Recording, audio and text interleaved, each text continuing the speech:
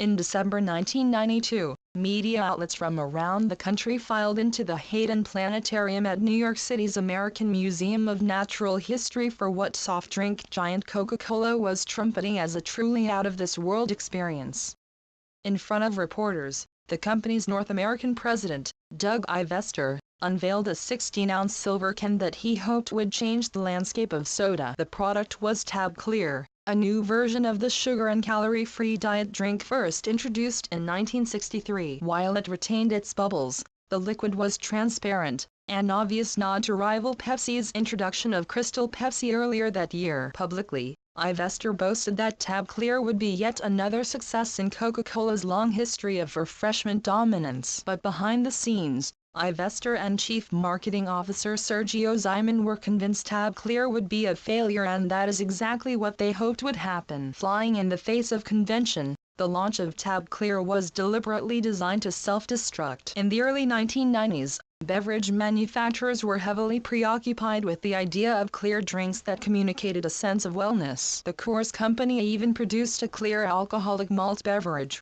Zima, to capitalize on the craze, but porting it over to the soft drink market was nothing new. In the 1940s, Soviet leader Georgy Zhukov used his friendly relationship with the U.S. to make an appeal for Coca-Cola to produce a clear version of their drink so he could enjoy it surreptitiously and without being accused of indulging in a capitalist product.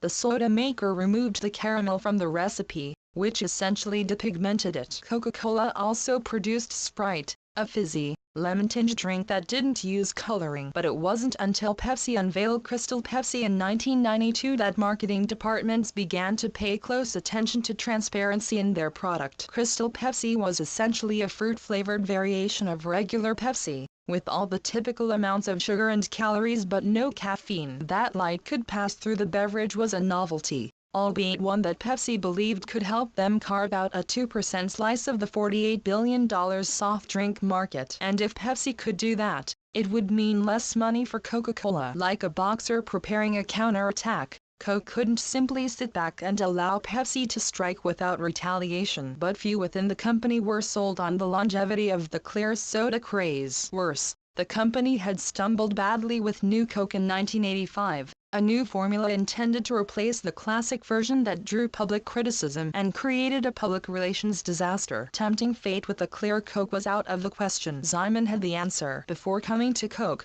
Zyman had been a director of sales and marketing for Pepsi.